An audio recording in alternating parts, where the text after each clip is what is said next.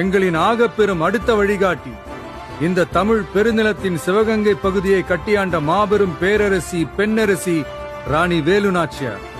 தன்னோட கணவரை இழந்த பிறகும் கூட கைம்பெண்ணா வீட்டுக்குள்ளேயே முடங்கி கிடக்காம வாளேந்தியும் வேலேந்தியும் இந்த மண்ணை காக்க போர்க்களம் புகுந்த வீர புரட்சியாளர்.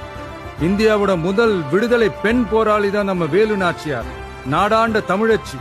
எதிரி எவ்வளவு வலிமையா இருந்தாலும் சரியான நேரம் பார்த்து இறங்கி அடிச்சா யாரா இருந்தாலும் ஜெயிக்கலாங்கிறத அர்த்தத்தோட சொன்னதுதான் அவங்க வாழ்க்கை.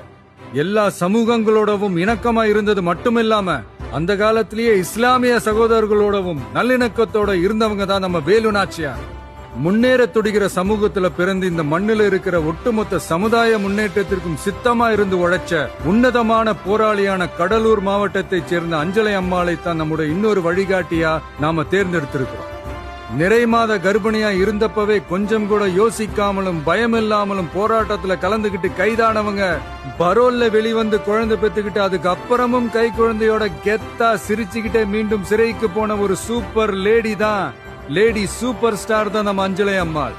சட்டமன்ற உறுப்பினராகவும் இருந்தவங்க.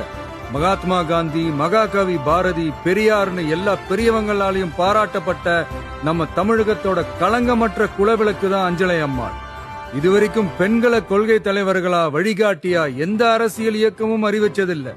முதல் முறையா அதுல முத்திரை பதிக்கிறது நம்மளோட தமிழக வெற்றி கழகம் தான்றத பெருமையோடவும் கர்வத்தோடவும் சொல்றோம்.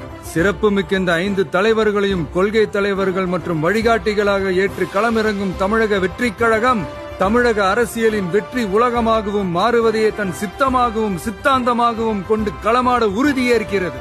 எப்போதும் கொள்கை வழியில் சமரசம் இல்லாமல் நின்று தமிழ்நாட்டின் வெற்றிக்காக புதியதோர் விதியொன்றை புதுமையாய் நாம் செய்வோம்.